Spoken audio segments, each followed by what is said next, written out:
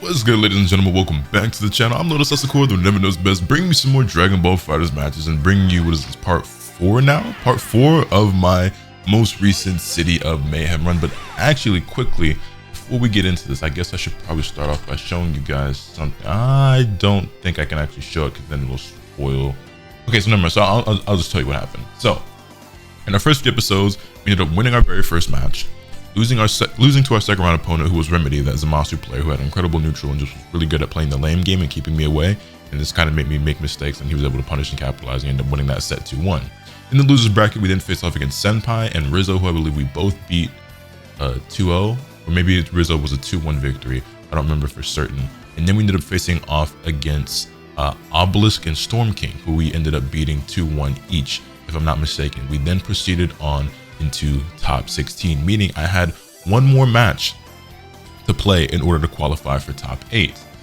However, my opponent was FighterZ, who you guys may remember as that baby player that I've fought a few times in the past, and I think I've actually beaten him pretty regularly. Surprisingly, I always expect it to be very challenging and difficult for me, and the set that comes to mind immediately is one where I had to make like a really crazy Android 21 comeback against this whole team. And I pulled it off. But he's a player that I low-key feel like I'm always going to lose to, but I've been able to come out on top a few times. So going into it, I was like, I mean, I've done it before, I can do it again, right? He ended up DQing for one reason or another. I believe he has kids, and he had to take care of his kids or something, so respectable. But yeah, he DQ'd, so I got a free pass to top 8. And my opponent in top 8 to kick things off was none other than Iceberg, who was running his team of Blue Vegeta, Nappa, and Krillin. Very unorthodox team, but it's a team I believe he's been playing pretty much since the beginning of the game. So yeah, and I'm still playing my team of Lab Coat, 18 Trunks. So let's just go ahead and take a gander at how things played out. You can see we're starting off with a little bit neutral, and he gets the jump light for the air but does not confirm it into a full combo. I get the hit with Trunks assist, but I'm not able to convert that, but he does get the confirm off the Nappa assist, and the command grab, but drops the combo. I go for the tick throw off the JH into 5L, and he gets thrown. Bum, bum, bum, bum. Sliding knockdown, leaving Lab Coat in because this health that she has left is nothing to be alarmed about. Slowly walk up at him and do the 5L. I'm like, hold on, wait a minute, this is it. Now, if you guys aren't familiar with Iceberg, he's a very powerful player.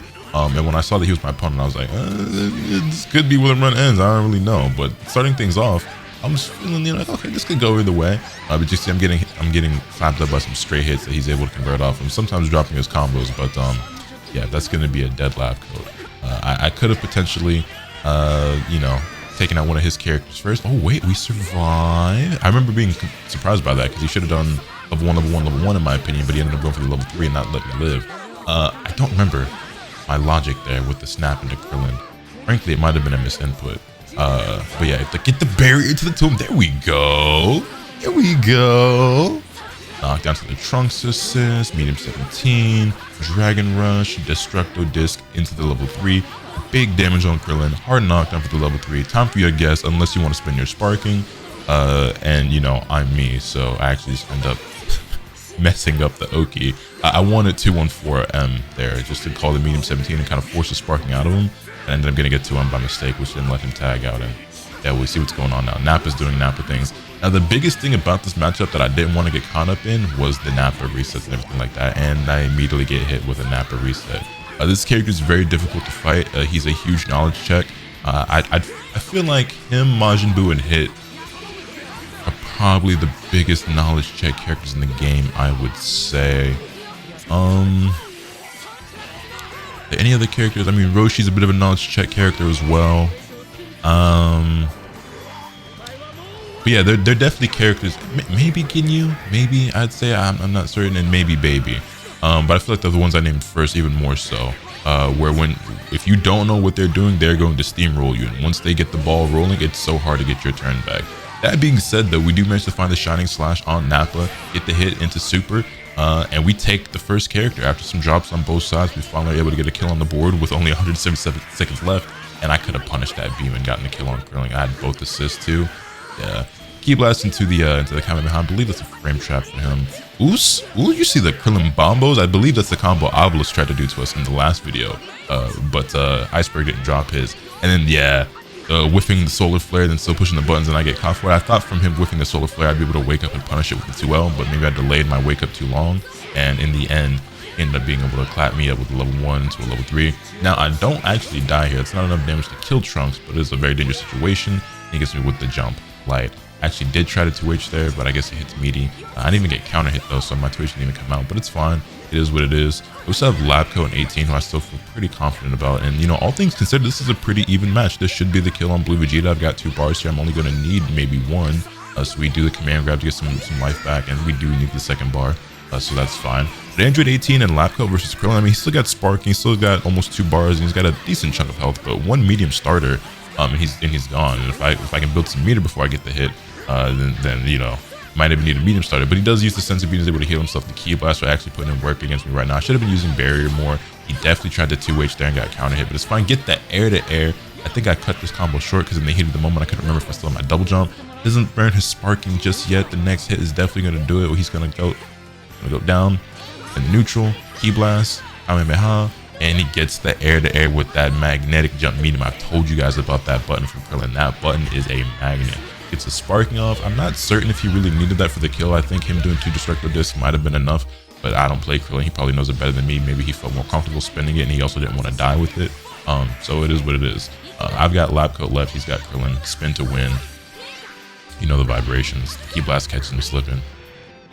But yeah, I thought I was going to be able to get an easy spin off because he was doing a lot of with 2-2Hs. I'm going to super dash after that. Punish. Just spin straight into super, get the combo over as quickly as possible. We ended up actually taking the first game over Iceberg. I was pleasantly surprised by that. I was genuinely pleasantly surprised. I didn't think Iceberg would be a player I'd be able to beat. But we looked pretty solid. We could definitely clean up our play, but we looked okay in that game. But yeah, he'd been using Ki Blast a lot, so I thought I was going to get a free spin at some point and take the game. But it wasn't quite that simple. We ended up winning, but it was a hard-fought battle. He gets the first hit in the second game, gets the air-to-air jump light with Blue Vegeta, knocked down the command grab, and the big bang attack Oki with the Nappa says keeps me locked. Kept me locked there. He gets a medium starter, and yeah, this should be a dead Android 21. Dragon Rush, knockdown, level 1. And that's a huge start for Iceberg. Not a very good start for us. Losing Lab Coat right away without even scratching him, and now he's got Nappa in with 2 assists behind him. It's pretty dangerous. Yeah, do manage to find the hit on Nappa. Missed the Dragon Rush though. Really unfortunate. You know, I just remembered something that happens here, but it's fine. We'll get to it when we get to it. Find the 5M on the Nappa. Knocked on the Trunks assist. Boom, boom. There it is. Nappa was supposed to die. Nappa was supposed to die. That would have been Dragon Rush into Destructo Disc into level 1 into level 3. It might not have been enough for the kill, but it would have been damn close. But just the fact that the Cyberman was still active and prevented me from being able to do my Dragon Rush and just this. Oh, I was so blown back by this. I was like, I wasn't like pissed off or nothing, but I was like, oh, are you kidding me? I was like, my eyes got so wide when I saw that, but it is what it is. Anyway, proceeding on, he gets Nappa out, brings in Blue Vegeta, and now he went from being in a bad state to being in a good position to now being back into a bad position. He whiffs the Rekka, but he calls Trunks, calls Krillin for the assist, so I reflect that. I kind of wanted to tag out in the Trunks, but I ended up calling Trunks, and I'm kind of stuck here. It's fine though. And a bit of neutral. Trunks was not able to take care of those rocks for me. Blocking low, because I noticed he had been doing medium a lot there. Does his Rekka, and doesn't immediately block, so we get the hit, but I drop the combo, and I get hit by the big bang attack, and well, as you can see, this game is this is all Iceberg. This game is just all in Iceberg's favor. Knocked down, level 1, after the Dragon Rush, that is. And yeah, down goes Android 18. Now, I've been here many times before with Trunks. I've got full health, sparking, 7 bars. Surely I can make something happen here. So we EX flip in with the jump heavy, get the shining, or not the shining slash, we get the slash with the top of his dome piece. Got plenty of bar here. Extend the combo into level 3. And that should be the end of Nappa as we know him. It's the end of Nappa as we know him. And down he goes. So now we still have plenty of meters, still have sparking, we still haven't even touched. So this just became a lot more doable. I don't think Nappa's the strongest character on this team. I actually think it's probably Krillin, if you were to ask me. I think Krillin is actually really solid. Great patience by him. The problem with doing that, I'm getting deja vu as if I've already recorded this video.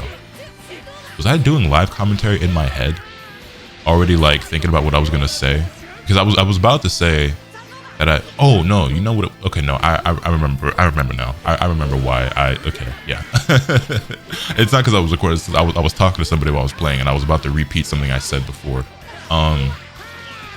Anyway, yeah. That reflect after the CTF was a bad decision there, not because I had the wrong idea or something along those lines, but because when I fought against Remedy on stream, remember I did that exact same thing where I did CTF in the corner and he blocked it, and then I wasn't able to get the 5M on that, and then I reflected into 5M and I was able to get the kill on a character because of that. So Iceberg might have been paying attention to that game, noticed I was going to do that, or he just might have been patient.